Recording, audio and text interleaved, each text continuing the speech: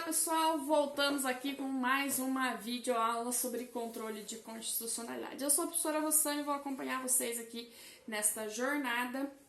Hoje a gente continua a nossa disciplina tratando a respeito da inconstitucionalidade de acordo com o prisma de apuração. O que nós vamos discutir aqui um pouquinho? Que a inconstitucionalidade, conforme o prisma de apuração, ela pode ser direta ou antecedente, mas ela também pode ser indireta. A indireta ela pode ser consequente, reflexa ou oblíqua. Então vamos lá, vamos começar aqui a nossa aulinha de hoje. Quando eu tô falando de inconstitucionalidade, quanto ao prisma de apuração, direta ou antecedente, o que eu quero dizer? Que o ato impugnado ele tem vinculação direta com a Constituição Federal. A Constituição é o seu fundamento de validade. Lembra da pirâmide de Kelsen lá na primeira aula? Lembra lá dela? Eu estou dizendo o seguinte, que eu tenho a Constituição no topo e logo abaixo uma legislação. Então, essa lei é que é inconstitucional, o vínculo é direto. Tem algum ato interposto quando eu penso nisso? Ou seja, tem algo entre a lei e a Constituição? Não, por isso que eu digo que a inconstitucionalidade ela é direta, ou também chamada de antecedente. O vínculo é direto com fundamento de validade, tá? Quando eu tô falando disso, pessoal, de inconstitucionalidade de acordo com um prisma de apuração, de forma direta ou antecedente, ou seja, onde há vínculo direto do ato impugnado com a Constituição, é possível controle abstrato de constitucionalidade. Controle abstrato também é o que, galera? Lembra lá?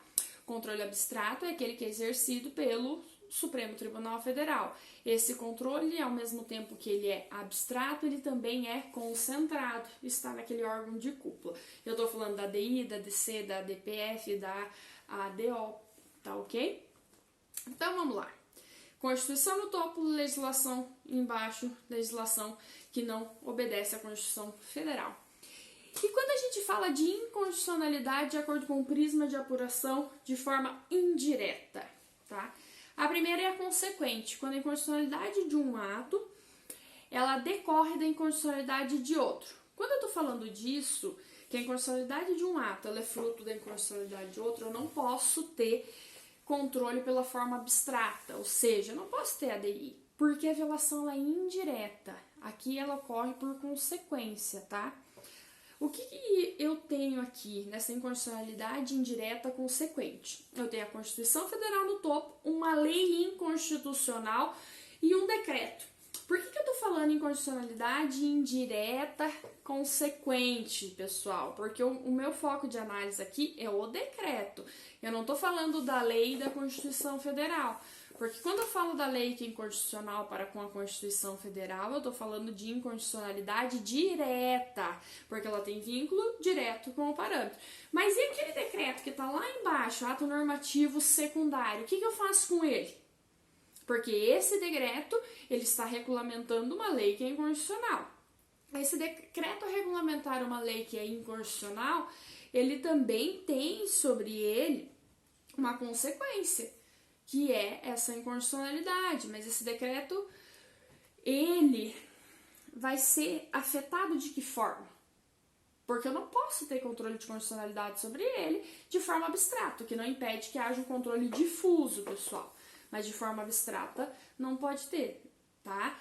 Eu posso ter, para esse decreto, a inconstitucionalidade por arrastamento ou por atração, isso é possível, ou seja, declarou a inconstitucionalidade da lei, o decreto que a regulamenta vai ser inconstitucional também? Essa questão da inconstitucionalidade por arrastamento ou por atração, ela é possível nesse caso de inconstitucionalidade indireta consequente. Ela é uma técnica judicial utilizada. Utilizada para quê? Para dizer que aquele decreto, ele também tem que ser retirado, tá? É uma inconstitucionalidade propriamente em si? Não é. É uma técnica, pessoal, de decisão judicial.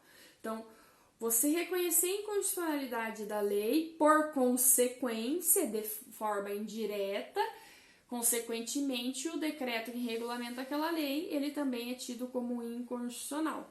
Tá ok? É isso que a gente tem que focar aqui hoje, tá? Nós precisamos ter isso em mente. E quando eu digo para você sobre incondicionalidade indireta, reflexa ou oblíqua, a respeito do que estamos tratando nesse momento? Eu digo para vocês que aqui eu tenho um ato interposto entre a Constituição e a norma impugnada, como no exemplo anterior da incondicionalidade indireta consequente. Mas neste momento, o ato interposto, ou seja, aquela lei, ela é constitucional. Eu não estou dizendo que a lei é inconstitucional, mas sim que ela respeita a Constituição. Só que o ato que vem abaixo dela é ilegal. Por que ele é ilegal? Porque ele viola aquela lei, tá? A violação da lei, ou seja, o decreto, de acordo com as disposições constitucionais, ele vem para regulamentar uma lei. Se ele não está cumprindo com aquilo, ele é inconstitucional. Pode ter controle de constitucionalidade por ele? Não, porque a violação desse decreto é da lei propriamente. Não vai ter que tipo de controle? Não vai ter controle pela via abstrata, porque eu não tenho vínculo direto com a Constituição. Então, eu não posso ter ADI, por exemplo. Ou seja, eu não posso ter manifestação do Supremo. Então, quando eu digo para vocês que não tem controle, não tem qual tipo de controle? Controle pela via abstrata, porque a violação é indireta. Tomar cuidado que a questão aqui, pessoal, é de ilegalidade do decreto. Por que é ilegalidade? Porque o decreto, ele não respeita a lei que ela é constitucional. Se ele desrespeita aquela norma, ele é ilegal. Mas por que eu digo que ele também é inconstitucional e pode ser submetido a eventual controle? Por via reflexa, pois ao desrespeitar uma lei, ele não cumpriu com o artigo 84, inciso 4 da Constituição Federal, que é aquilo que eu disse há pouco para vocês, que o decreto ele vem para regulamentar uma lei. Se ele não faz isso, ele sendo ilegal, ele acaba também violando o artigo 84, inciso 4 da Constituição Federal. Bem facinho, tranquilo, bastante informação, mas o tema é muito interessante, meus queridos. Nós também vamos falar um pouquinho aqui para vocês de inconstitucionalidade a respeito da conduta do poder público, tá? Essa inconstitucionalidade, pessoal, ela pode ser por ação ou omissão. O agente público, ele pode realizar uma conduta inconstitucional tanto com o seu fazer ou quanto com o seu não fazer. Ao realizar uma ação, essa ação pode ser inconstitucional, mas também o seu não fazer, a sua omissão também pode implicar em uma inconstitucionalidade. A inconstitucionalidade por ação, ela trata de um fazer, é uma conduta incompatível do poder público. Incompatível com o quê? Ora, com o texto constitucional. Tudo aquilo que ele faz e desrespeita o texto constitucional. Então, a inconstitucionalidade do poder público, ou seja, inconstitucionalidade diante da conduta do poder público por uma ação realizada. Eu também posso falar em inconstitucionalidade, meus queridos, por omissão. A inconstitucionalidade por omissão, o que é? Ela é fruto de um não fazer. A inconstitucionalidade por omissão é a negação do Estado. É quando o Estado deixa de agir. Essa é a inconstitucionalidade por omissão. Quando eu estou falando de inconstitucionalidade por omissão, então? Quando que o não fazer do Estado significa uma inconstitucionalidade? Ora, lembra lá quando vocês estudaram em Direito Constitucional 1 as normas de eficácia limitada? Lembram disso? Lições do célebre José Afonso da Silva, que é um marco a respeito do tema. Eu preciso relembrar, pessoal, que as normas de eficácia limitada, pessoal, elas possuem aplicabilidade imediata e indireta.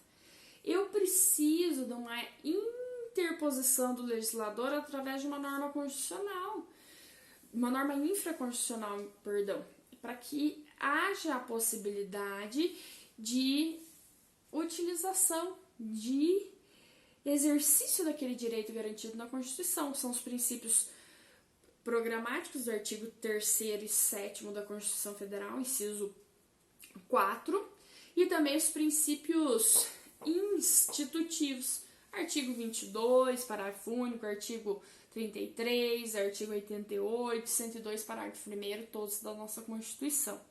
O José Afonso da Silva, ele diz que essas normas de eficácia limitada, que precisam da interposição do legislador né, realizando um ato infraconstitucional, elas geram uma omissão constitucional. Elas podem ser parâmetro para omissão constitucional, tá?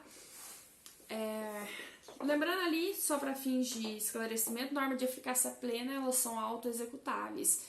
Quais são essas normas que têm aplicabilidade imediata, integral e direta? Artigo 2º, artigo 14, parágrafo 2º da Constituição, 17, parágrafo 4º, 20, 21, 22 e 24. Eles tratam a respeito disso. Normas de eficácia contida caracterizam por possuir aplicabilidade direta e imediata, só que elas não são integrais, porque elas são restringidas através de normas infraconstitucionais. Tranquilo? Então, aqui o que serve de parâmetro para controle de constitucionalidade, ou seja, parâmetro para o quê? Omissões constitucionais, o não fazer do poder público. Normas de eficácia limitada, quer ver um exemplo sobre isso? A questão da instituição de defensorias em todo o país, garantia de acesso à justiça, por exemplo. Eu preciso que haja instituição de defensoria em todo o estado para que os indivíduos possam livremente utilizar, usufruir do seu direito, né, da sua garantia constitucional de acesso à justiça. Além disso tudo, meus queridos, eu também posso falar de uma inconstitucionalidade relacionada à extensão da norma. Essa inconstitucionalidade, ela pode ser como? Eu posso ter uma inconstitucionalidade, pessoal, que ela seja total ou parcial. A inconstitucionalidade total, ela quer dizer o seguinte, olha, toda a lei ou o ato, ele é incompatível com a Constituição. Ela é muito comum quando? Quando eu digo que uma lei inteira ela é incompatível com a Constituição Federal, ou seja, a inconstitucionalidade é total. Quando o procedimento, ou seja, ele não há um respeito à forma. Então, eu estou falando o quê?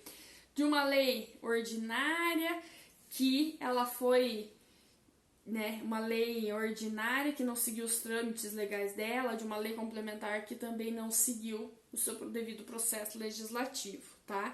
Isso que é inconstitucionalidade total. Imagina uma lei complementar que foi votada sobre o processo legislativo, a forma de uma lei ordinária, aquilo que eu disse para vocês que não era possível, lembra lá? Então aqui eu vou estar falando de uma inconstitucionalidade total. Então a inconstitucionalidade total, em regra, ela é quando há inconstitucionalidade formal, tá bom? Pode ser com relação à iniciativa para o projeto de lei, lembra lá? Do presidente, do Congresso. Pode ser orgânica também, com relação à União, Estado, município, órgão responsável pela legislação, né? Congresso Nacional, Câmara dos Deputados, Assembleia Legislativa, tranquilo? E inconstitucionalidade parcial. Ora, essa inconstitucionalidade, ela é com relação ao conteúdo da norma propriamente. Ela há uma possibilidade de divisão. Eu posso declarar parte da lei válida e parte da lei não válida. Quando eu estou falando de inconstitucionalidade parcial, então, como é que fica a questão do artigo, o parágrafo, o inciso, a linha, a palavra, a expressão? Dá para declarar inconstitucionalidade só no artigo, só na palavra, só de um parágrafo, do inciso, de uma linha, de uma expressão? Mas dá para fazer. Só que eu não posso alterar o sentido da expressão trazida pelo legislador, tá? Então, é possível que haja incidência na declaração de inconstitucionalidade parcial sobre um artigo, parágrafo, inciso, uma linha, desde que eu não altere o significado. Ou seja, ela pode decidir até mesmo sobre uma palavra, uma expressão, desde que não haja modificação do sentido que se almeja com aquela legislação. Além disso, pessoal, um ponto central em meio a tudo isso é que vocês não podem, em momento algum, confundir essa inconstitucionalidade parcial do conteúdo com o veto parcial.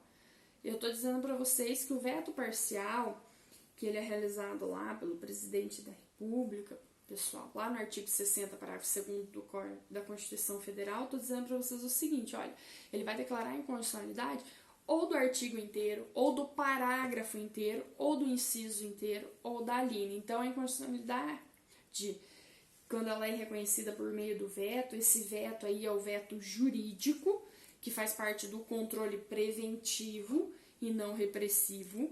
ele é exercido de que forma? Reconhecendo-se o veto do artigo, do parágrafo, inciso da linha. Esse daí é o veto parcial. Não confundam com a inconstitucionalidade parcial do texto de uma determinada legislação com relação à sua extensão. A gente está conseguindo aí trabalhar vários temas de direito constitucional, os quais eu espero que vocês estejam conseguindo compreender. Nas próximas aulas a gente vai continuar falando um pouquinho a respeito do momento do controle de constitucionalidade, controle preventivo e controle repressivo. E espero encontrar vocês aqui na nossa próxima aula, tá? Se inscrevam no canal, ativem o sininho e dê um like no vídeo aqui que a professora vai ficar feliz, tá? Valeu, obrigada!